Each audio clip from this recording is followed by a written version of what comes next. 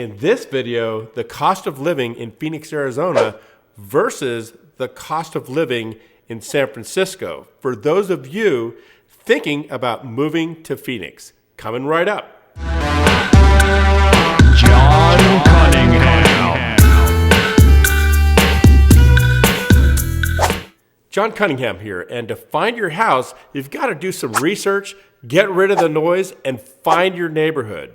And to really save some money when moving to Phoenix, check out my moving kit, link in the description. And I know what you're thinking, San Francisco is a great city. That would be a hard place to leave, no doubt. You guys have everything. You've got the weather, you've got the culture, you've got the best restaurants. There's so many things to do there. I just looked at the weather on a 12-month basis there. It's pretty much always fantastic with the exception of a few really rainy and windy and cold days, but there's not very many of those. And look, anybody who's spent time in San Francisco probably had a hard time leaving. It's a beautiful place, it's a fantastic city, and it's one of those special places in our country that you can't blame people for wanting to live there and never wanting to leave. Hey, before we move on, I wanted to let you know that I've got something that I want to share with you a little later on in this video. It's a little something that I've got for you so that if you do end up buying a home in Phoenix, there's a way for you to get thousands back on your transaction when you do that. So stick around to the end and I'm going to share that with you. Now, what about Phoenix? What's so great about this place?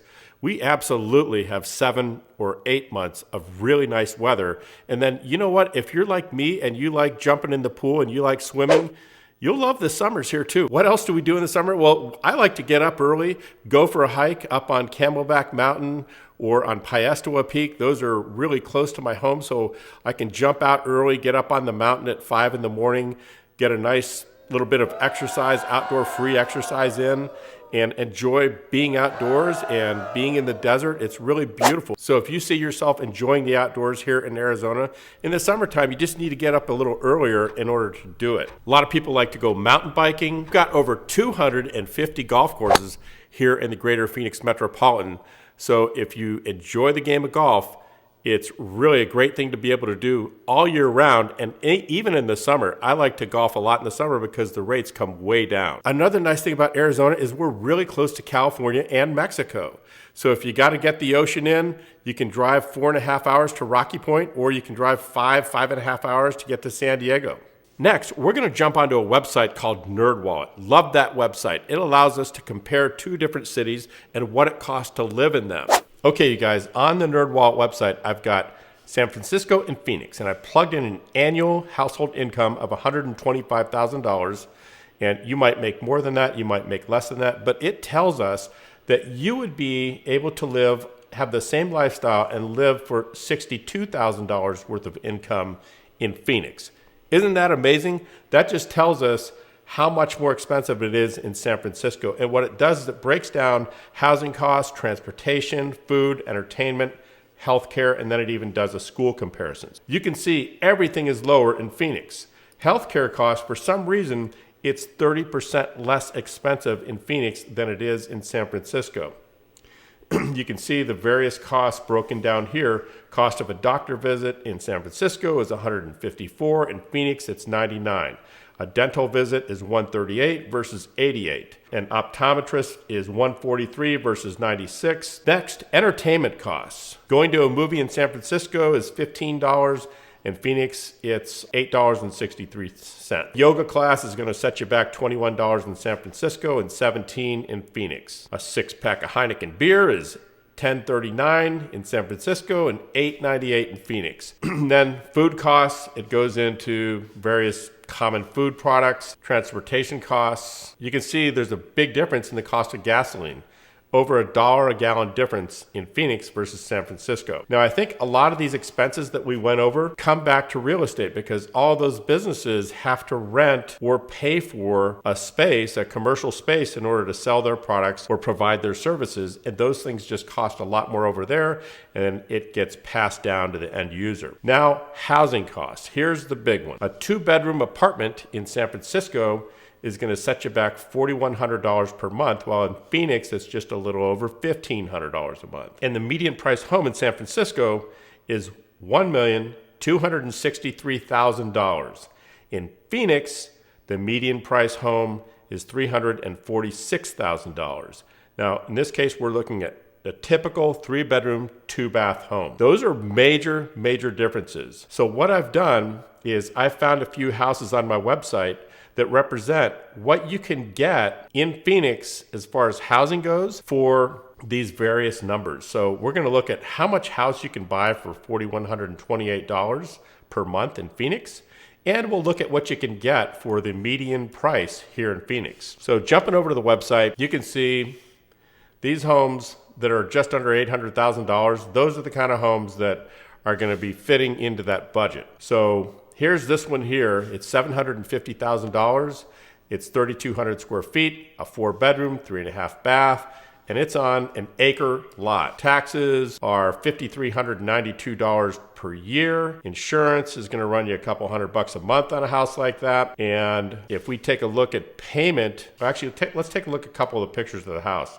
Here's the kitchen, master, beautiful pool, big backyard, gazebo, outdoor fireplace. And with an acre, you've got a lot of room here. So this is more of an estate than it is just a house. This is a very significant property. Really beautiful. Next, let's take a look at those payments. Monthly payment on a 5% down, 4% interest rate, 30-year mortgage is going to be around $3,400 per month. If we add the taxes and insurance, it's going to be right around $4,000 per month, which is a little lower than your 2-bedroom apartment runs you in San Francisco. I'm just saying.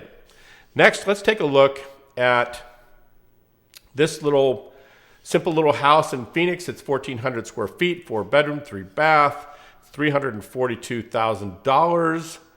And this house, I noticed, has really low taxes, $797 per year. I know, it's freaking unbelievable, right?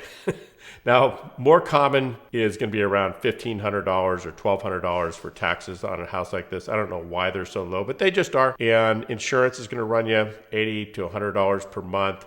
So if we take a look at the payments on this house, you're going to have a $1,553 per month payment, plus your taxes and insurance. So it'll run you right around $1,700 a month for a house that you own here in Phoenix. I mean, look at this little place. It's really quite nice.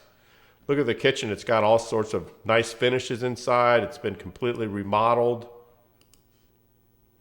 Even some brick accents on the inside. It has a pool in the back. Yeah, nice looking little property. So you get a lot for your money here in Phoenix. Hey, I think I made you a promise at the beginning of this video about something that would save you a lot of money if you decide to move to Phoenix. It's called Moving Kit, and it's designed to save you thousands when you make a move to Phoenix, Arizona with me and my team. Here's how this works. All you've got to do is go to getmovingkit.com, sign up for it, and you're in. That will get you thousands back when you buy your home in Phoenix with me and my team. Let's jump on the website right now and take a closer look. Okay, so this is what you're going to see when you get to the web page. This is Moving Kit, and as you scroll down, there's a little explainer video here. It's about 30 seconds long. And as you go further down, you'll see these 3 different columns that explain what you get depending on the price range of home that you purchase. So this first package is worth $1,000, and you can break that up into pieces. So the way that works is you'll get a credit towards things like painting, cleaning, handyman services, even closing costs. And then you'll also get Apple TV 4K, you'll get Apple HomePod, and other Apple goodies for your home. If you buy a home between $400 and $699, that package goes up to $2,500.